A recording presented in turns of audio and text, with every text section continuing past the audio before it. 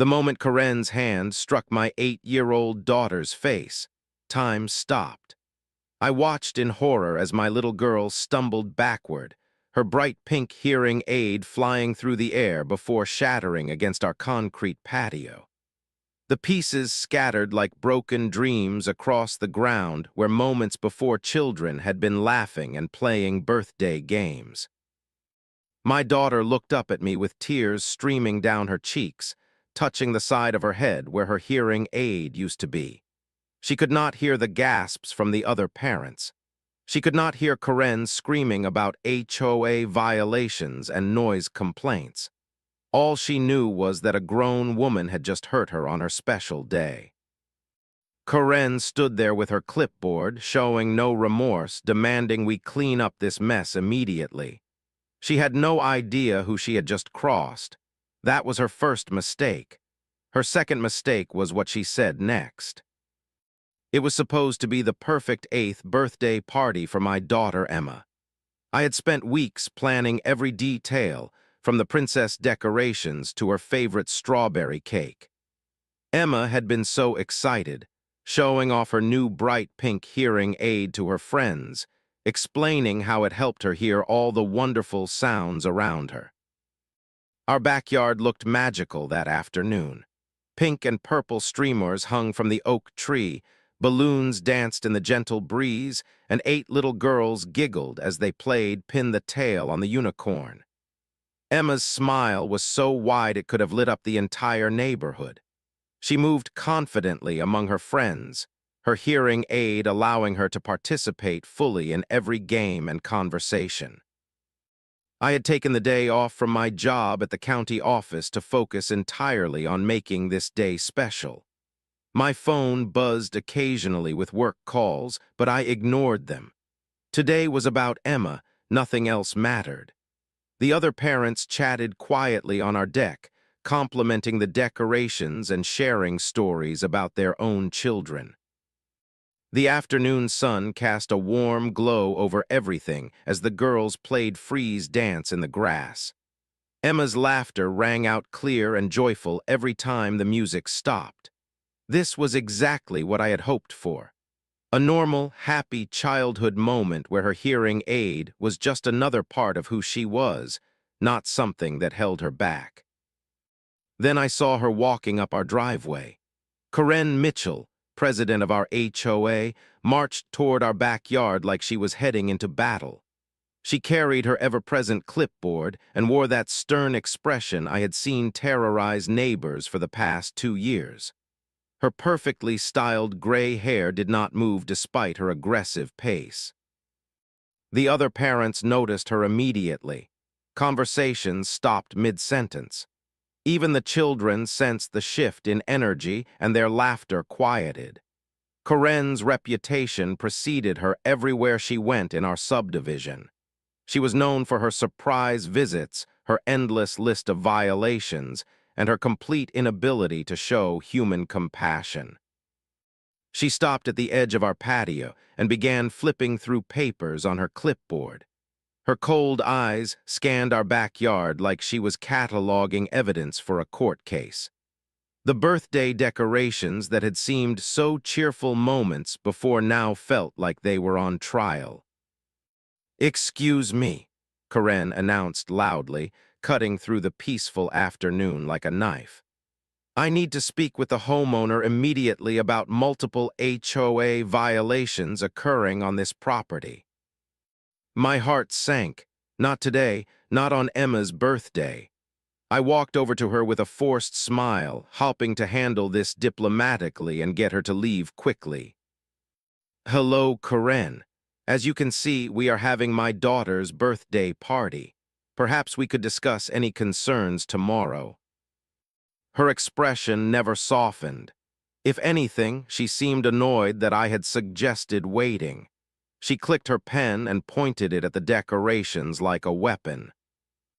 HOA regulations clearly state that external decorations require pre-approval. You have violated Section 4.7 of our community guidelines.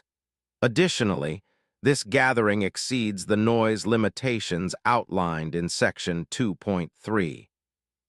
The children had stopped playing entirely now. They stood in small groups, staring at this angry woman who had invaded their party. Emma looked confused and worried, glancing between Karen and me for reassurance that everything would be okay. I tried to remain calm and reasonable despite the fire building in my chest. These were children at a birthday party, not some neighborhood disturbance that required intervention. Karen, I understand you have rules to follow, but surely we can make an exception for a child's birthday party. We will clean everything up this evening, and the noise will end by 6 o'clock as stated in the guidelines. She stepped closer, her voice rising with each word.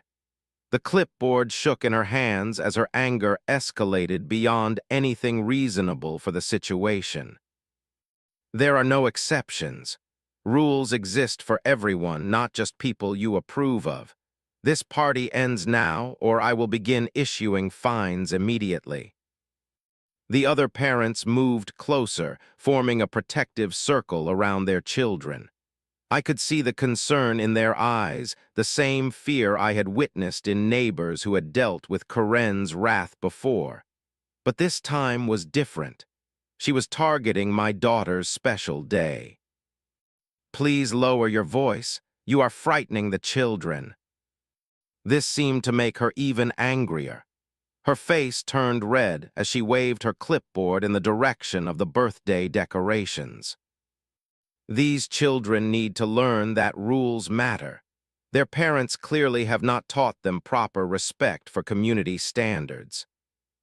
Emma had moved closer to me, instinctively seeking protection from this hostile stranger.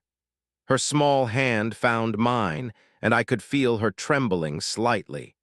The other children clustered around their own parents, the joy completely drained from what had been a perfect afternoon.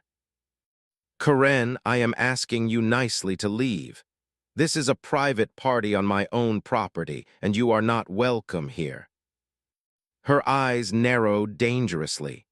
She took another step forward, now standing uncomfortably close to where Emma and I were positioned. You do not get to tell me where I can and cannot go.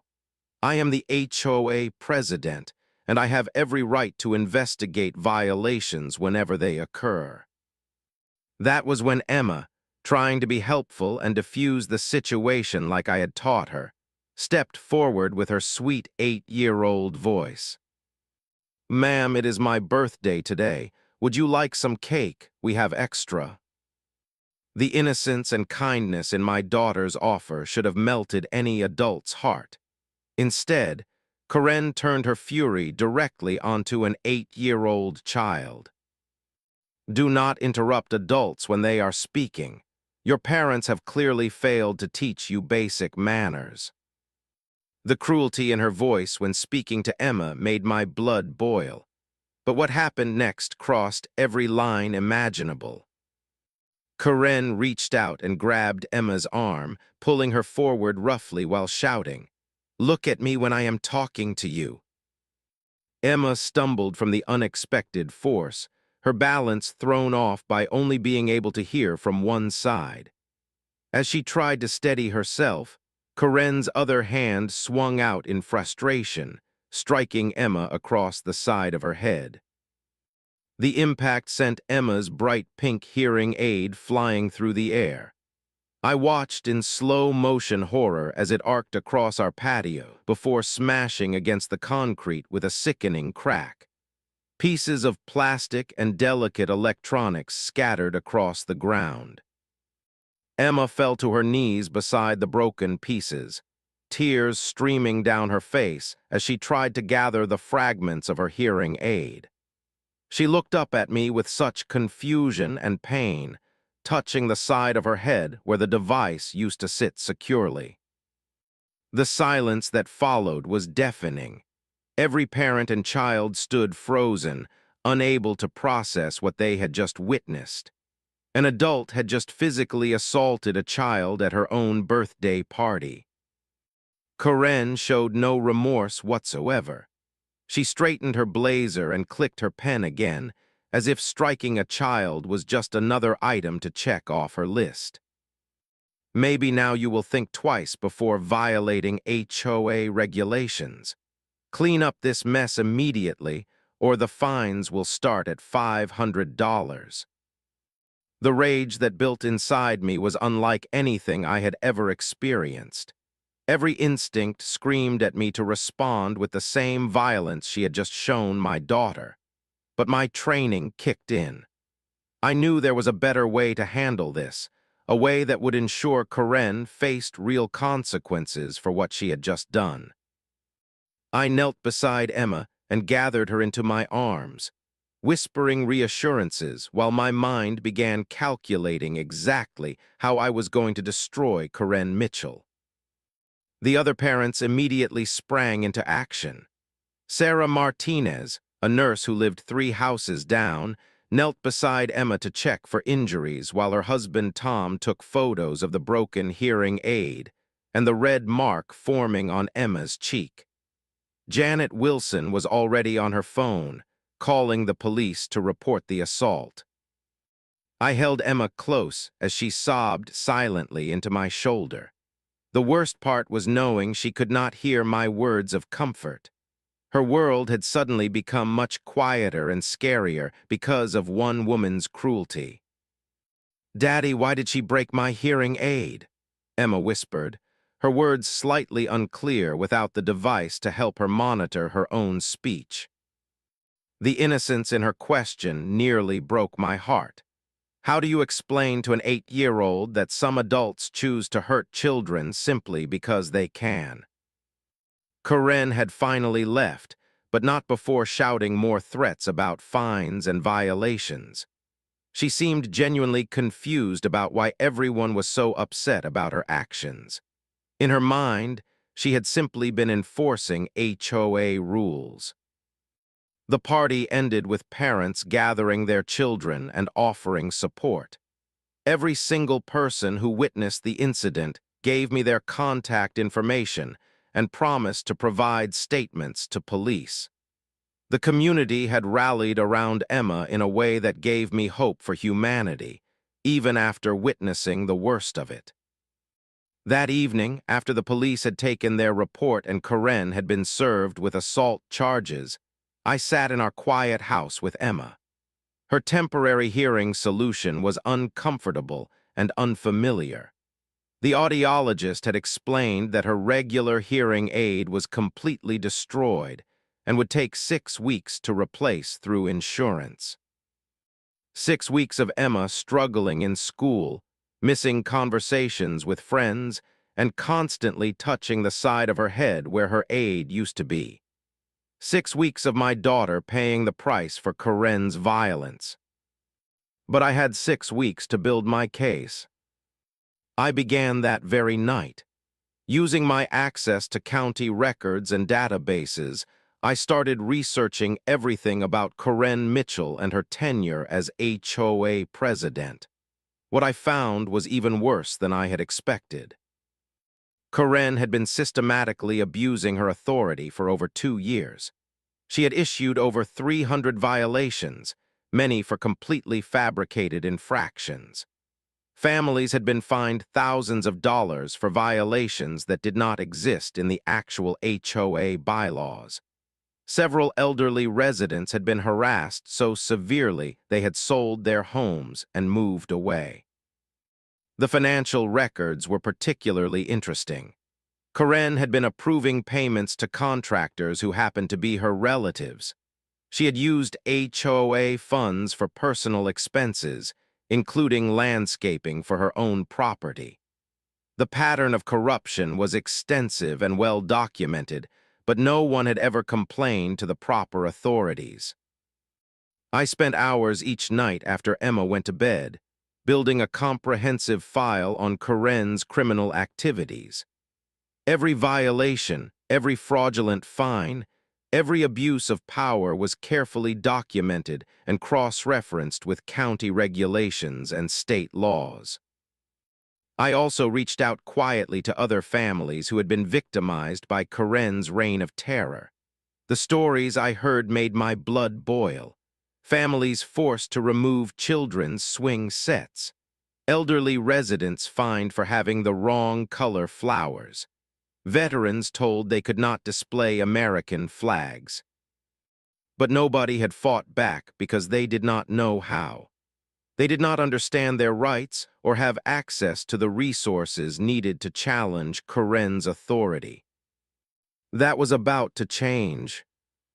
I scheduled meetings with county inspectors, arranged for surprise audits of HOA finances, and began building a coalition of residents ready to take action, all while maintaining the appearance of a grieving parent simply trying to get their daughter's hearing aid replaced. Karen had no idea that she had just assaulted the child of someone with the knowledge, authority, and resources to hold her accountable for years of corruption and abuse. 2 weeks after the assault, I had organized the first secret meeting of what we called the Neighborhood Justice Coalition. 15 families gathered in Janet Wilson's basement, sharing stories that painted a clear picture of Karen's systemic abuse of power. Robert Chen, a retired teacher, brought a folder 3 inches thick documenting his battles with Karen over his vegetable garden. She had fined him repeatedly for unsightly agricultural displays, despite no such restriction existing in the actual HOA bylaws.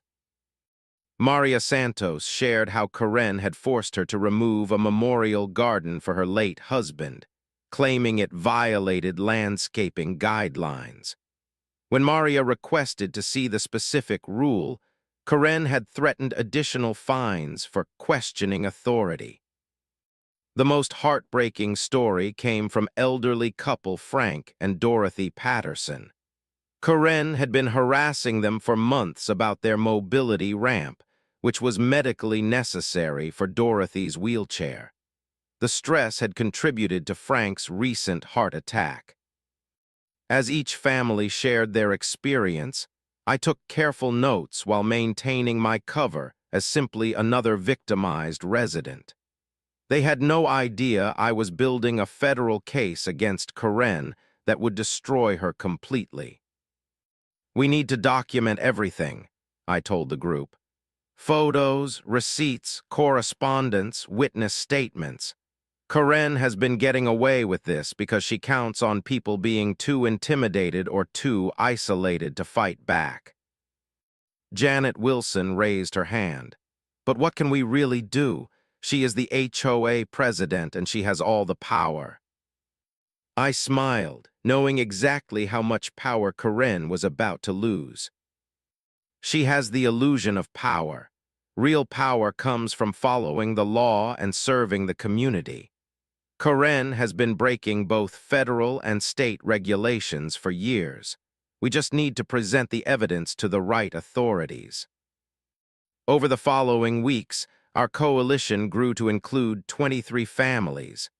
We met twice a week, always in different locations, always with complete documentation of our discussions. I guided them through proper evidence collection while appearing to learn alongside them. Meanwhile, I was working my own channels. County inspectors began showing up at HOA board meetings, asking pointed questions about financial irregularities. State auditors requested comprehensive records going back 3 years. The Better Business Bureau opened an investigation into fraudulent billing practices. Karen was starting to feel the pressure, but she had no idea where it was coming from. She became increasingly paranoid and aggressive, which only provided more evidence of her unstable leadership. The breakthrough came when Tom Martinez discovered that Karen had been billing the HOA for landscaping services provided by her nephew's company. The same company that had done extensive work on Karen's personal property at no charge to her. "This is embezzlement," I told our coalition, careful to sound surprised by the discovery. "We need to report this to the district attorney immediately." but I had already been working with the DA's office for weeks. They were building a comprehensive case that would include assault charges, embezzlement, fraud, and conspiracy. Corinne's actions against Emma had opened the door to investigating everything else. The most satisfying moment came when Corinne attempted to find Emma's medical equipment supplier for commercial activity in a residential zone. The company had been delivering replacement parts for Emma's hearing aid, which Corinne decided violated HOA regulations. That was the moment I knew she had sealed her own fate. Interfering with medical care for a disabled child was a federal crime, and Corinne had just committed it in writing. I arranged for our coalition to attend the next HOA board meeting in force. 23 families arriving together would send a clear message that Corinne's reign of terror was ending. But none of them knew about the federal marshals who would be waiting in the parking lot. The week before the meeting, I submitted my official report to the county commissioner, recommending immediate removal of the entire HOA board and federal prosecution of Corinne Mitchell for multiple felonies. The report was signed with my full title, Deputy Commissioner of County Planning and Development.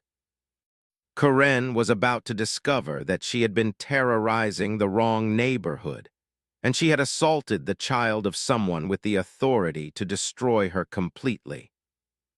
The morning of the HOA meeting, Corinne received certified mail that would change her life forever.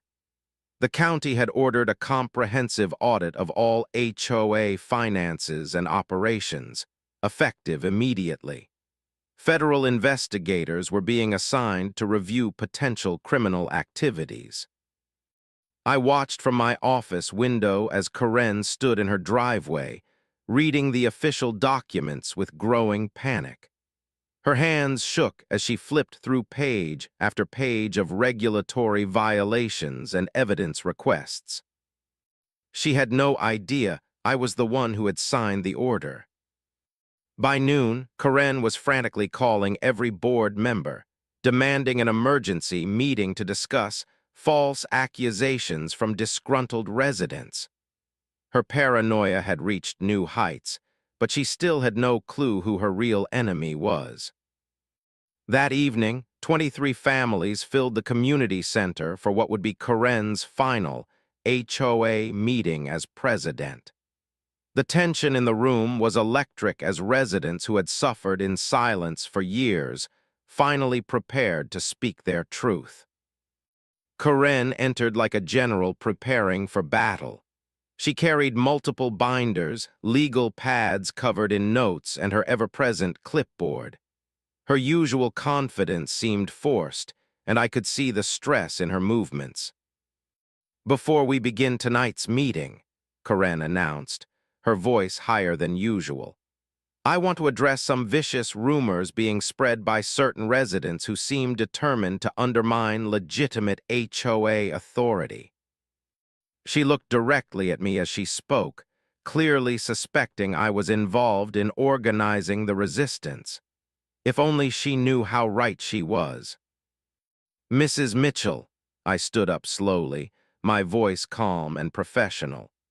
"Before you continue, I think we should review exactly what authority the HOA actually has according to our governing documents." The room fell silent. This was the first time anyone had challenged Corinne directly in a public meeting.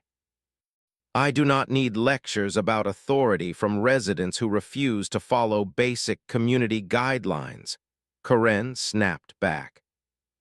"Actually," I continued, pulling out a thick folder, "I think you do. Because according to county records, this HOA has been operating outside its legal authority for over 2 years. Corinne's face turned pale. "You have no right to access county records." I smiled. "Actually, I have every right. It is part of my job." The confusion in the room was palpable.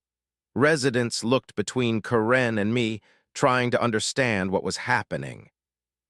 According to these documents, I continued, the HOA has issued fines for violations that do not exist in our bylaws. Families have been charged for services that were never provided. And most concerning, HOA funds have been used for personal expenses by board members. Karen stood up abruptly, her chair scraping loudly against the floor. These are lies and fabrications from someone trying to avoid legitimate fines. Mrs. Mitchell, please sit down. My voice carried the authority that came from years of dealing with corrupt officials. We are not finished discussing your violations. My violations? Karen's voice cracked. Who do you think you are? That was the question I had been waiting for. I am Deputy Commissioner Mitchell, County Planning and Development, and you have been operating an illegal organization, embezzling community funds and fraudulently billing residents for services that violate both county and state regulations. The silence that followed was deafening. Karen's face went through several shades of white as the implications hit her. You are also, I continued, under investigation for assault against a minor which occurred during the commission of your other crimes. Federal charges are being prepared as we speak. Karen's legs gave out and she collapsed back into her chair. The clipboard fell from her hands, scattering papers across the floor. This is impossible, she whispered. You are just a resident you cannot be. I am the person who has been investigating your criminal activities for the past month. Every violation, every fraudulent fine, every abuse of power has been documented and reported to the appropriate authorities. The room erupted as residents realized what had just happened. The man they thought was just another victim had actually been the one bringing down their tormentor. Karen tried to stand again, but her hands were shaking too badly. This is entrapment. You set me up. No, Mrs. Mitchell, you destroyed yourself. I just documented it. As if on cue, 2 federal marshals entered the community center. Karen's reign of terror was officially over. The federal marshals approached Karen with quiet professionalism, their presence transforming the community center into a crime scene. Residents sat in stunned silence as they watched their neighborhood tyrant face the consequences of her actions. Karen Mitchell, you are under arrest for embezzlement, fraud, assault against a minor, and conspiracy to defraud a homeowners association. The lead marshal's voice carried through the silent room as he read her rights. Karen's world collapsed in real time. Her face went completely white as the handcuffs clicked into place. The woman who had terrorized families for years was now sobbing and begging for mercy. Please, this is all a misunderstanding. I was just trying to maintain community standards. I never meant to hurt anyone. I stood up and walked closer, my voice firm but professional. Mrs. Mitchell, you physically assaulted my 8-year-old daughter and destroyed her hearing aid during her birthday party. That was not maintaining community standards. That was criminal violence against a disabled child. The room gasped as residents finally understood the personal connection. The assault they had all witnessed had been the catalyst for everything that followed. Your daughter, Karen whispered, the pieces finally falling into place. You did all this because of your daughter. I did this because you have been committing crimes for years, and someone needed to hold you accountable. My daughter's assault simply gave me the motivation to investigate thoroughly. As the marshals prepared to escort Karen out, I opened my folder and began reading from the comprehensive list of charges. Embezzlement of community funds totaling $47,000. Fraud through issuance of illegal fines exceeding $60,000. conspiracy with family members to defraud the homeowners association, and assault against a minor in the commission of these felonies. Karen's sobs grew louder with each charge. The woman who had shown no mercy to families struggling with her arbitrary rules was now begging for compassion she had never offered others.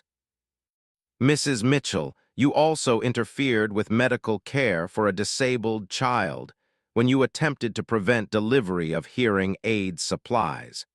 That is a federal crime carrying additional penalties. The lead marshal nodded to me respectfully. He had been briefed on my role in the investigation and understood the comprehensive nature of the case we had built.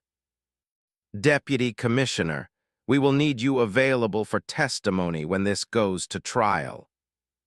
Of course, I have complete documentation of all criminal activities, plus sworn statements from 23 families who were victimized by Mrs. Mitchell's fraud. As they escorted Karen toward the door, she turned back with desperation in her eyes. Please, I can make this right. I can pay back the money. I can resign from the board. Please do not let them destroy my life.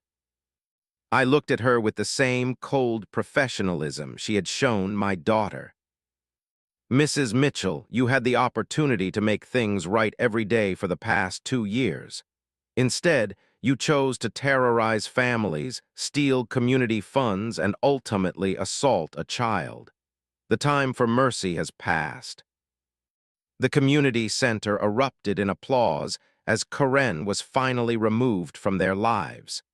Families who had lived in fear for years were finally free from her tyranny. Janet Wilson approached me with tears in her eyes. Thank you for saving our neighborhood. We never could have done this without your help. You did do this, I replied. You found the courage to stand up and demand justice. I just provided the resources to make it happen. Over the following days, the full scope of Karen's crimes became public knowledge. Local news stations covered the story of the HOA president who had terrorized a community until she made the mistake of assaulting a county official's daughter. The HOA board was dissolved and replaced with democratically elected representatives who actually served the community. All of Karen's fraudulent fines were reversed, and families received refunds for money that had been illegally collected. Most importantly, Emma's new hearing aid arrived 2 weeks early, upgraded with the latest technology and covered completely by the restitution Karen would be required to pay. The day Emma put on her new hearing aid, she looked up at me with a smile that made everything worthwhile. Daddy, I can hear everything again. Did you really catch the mean lady? Yes, sweetheart. She will never hurt another child again. Justice had been served, and our community was finally free. 6 months later, Karen Mitchell was sentenced to 18 months in federal prison and ordered to pay $97,000 in restitution to the families she had defrauded. The judge specifically noted the severity of assaulting a disabled child during the commission of her other crimes. Our neighborhood transformed completely. The new HOA board consisted of parents and retirees who actually cared about building community rather than controlling it. Reasonable rules were established through democratic input, and enforcement focused on genuine safety concerns rather than arbitrary power displays. Emma thrived with her new hearing aid and the confidence that came from seeing justice served. She became an advocate for other children with disabilities, sharing her story at school assemblies and community events. The trauma of that day had been transformed into strength and purpose. The other families who had been victimized found their voices as well. Robert Chen was elected as the new HOA president, bringing decades of teaching experience to collaborative problem-solving.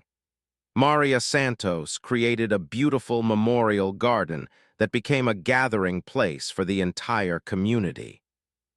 Frank and Dorothy Patterson received a formal apology from the new board and assistance with accessibility improvements throughout the neighborhood.